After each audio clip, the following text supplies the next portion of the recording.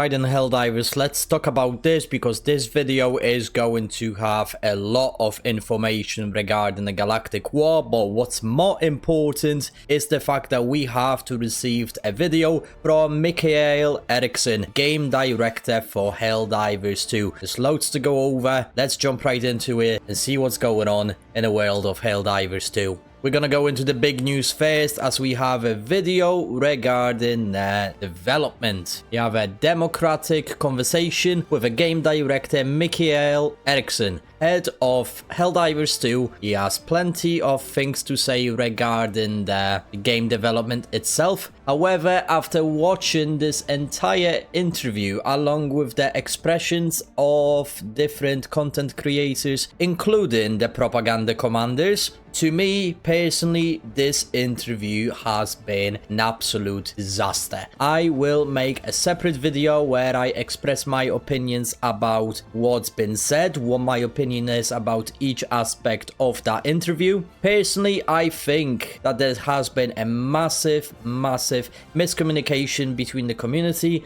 and Arrowhead development team about what we actually wanted to talk about. The thing that struck me the most is the fact that instead of talking about patches, rebalance changes, or most importantly, performance, we were talking about the concept of power fantasy, and what was the most baffling thing of them all is the game director's playstyle. We could not care right now about the director's playstyle or what loadout does he use. The thing that we want to see is bug fixes, audio fixes, performance improvements. Some of you guys might want to see content as well, although I think this is not a priority right now. I have no idea what the hell has happened in this interview. The questions were irrelevant to the community requests, but I am going to post another video regarding my whole opinion throughout the interview, so stay tuned for that one. In the last few days, we had a lot of Galactic War developments. Hafen Secundus has been liberated by the Helldivers. Second planet associated with this major order has been taken away from the Illuminate, and the Helldivers, by doing so, have also secured their planet of Horde, which was the part of the Gambit. Securing Hafen Secundus on time allowed us to maintain control of Horde as well. So liberating one planet resulted in a security of 2 planets. However, the most exciting part of this major order was still about to happen. Outpost Alpha under attack.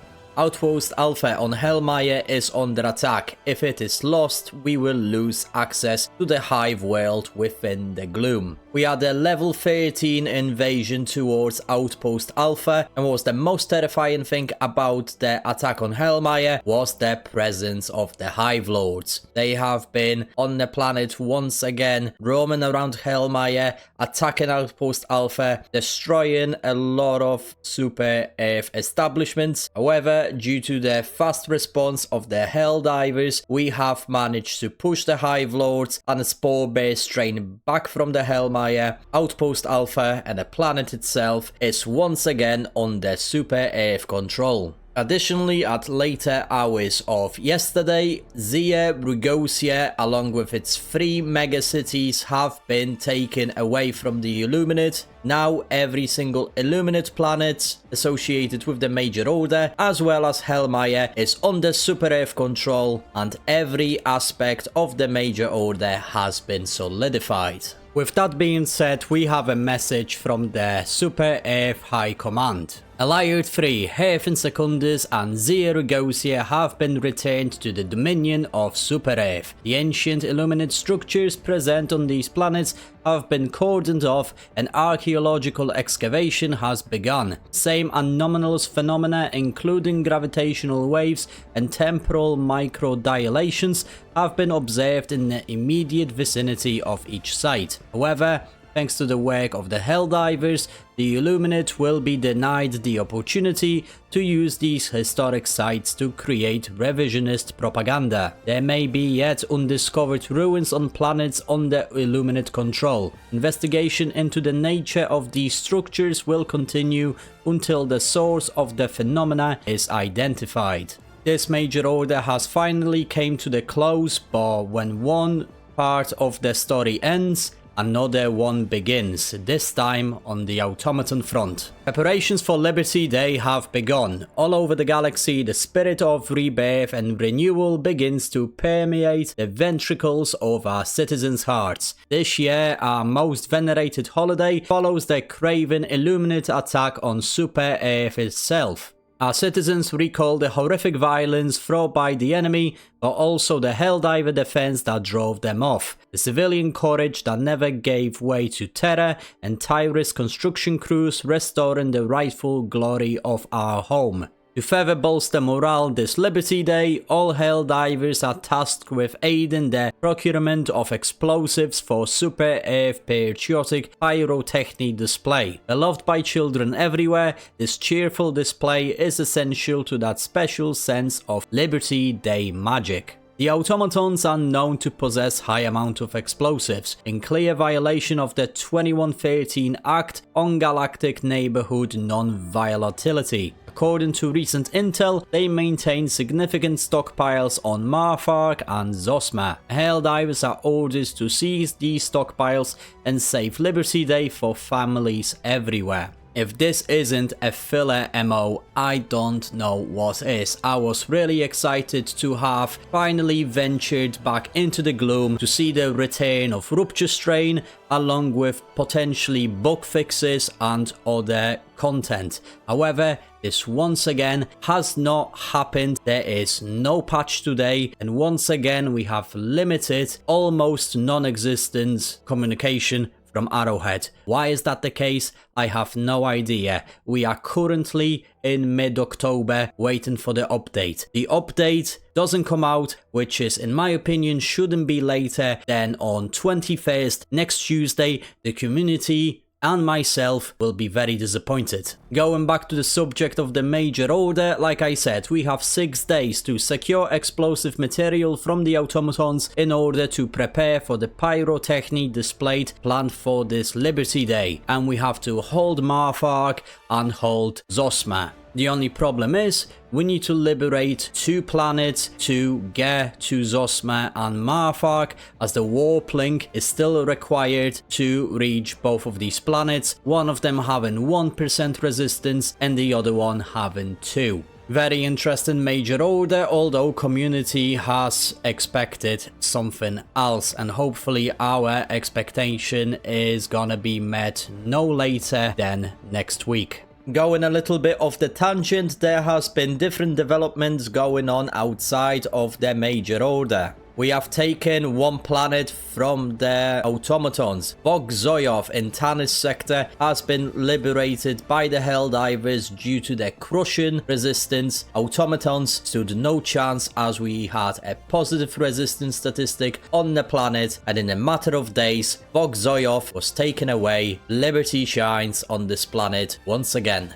Illuminate, despite being crushed across Haven Secundus and Zia Rigosia, have decided to launch an invasion on Seas system. This planet, even though only a level 10 invasion, has taken heavy losses, and because of that, it has been finally lost to the Illuminate. And yet we have received another attack, this time back on the Terminate front. Gloom spread has also been detected, as gloom spores have been detected in the atmosphere of Crimsica. As Terminates invade the planet, if the planet falls, it may become enveloped by the gloom. Level 30 invasion on Crimsica is a huge one. The small interstellar spore cloud is now also visible on the surface of Crimsica. Spore-based strain once again is ravaging through megacities, colonies, and disturbing the lives of our citizens in Draco sector.